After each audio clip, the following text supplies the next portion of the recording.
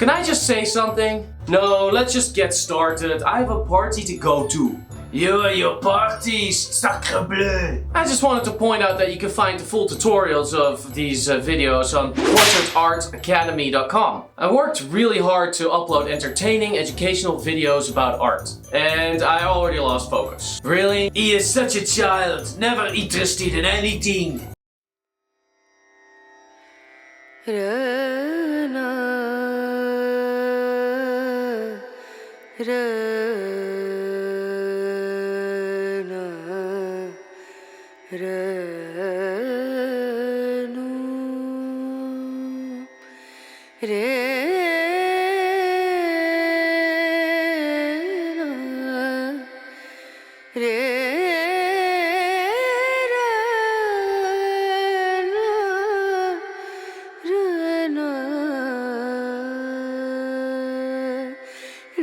नजरिया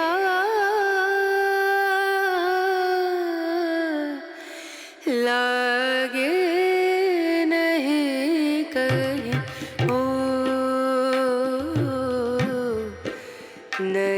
नजरिया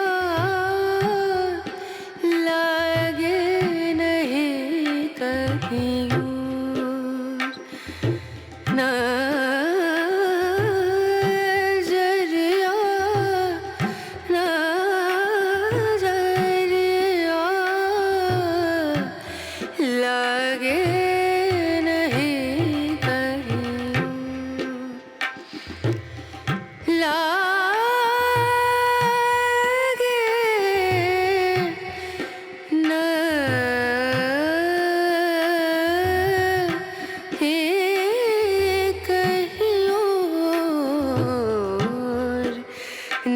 नजरिया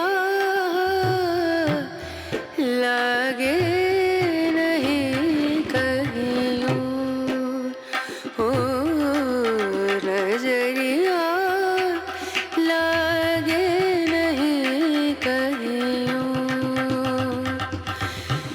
नजरिया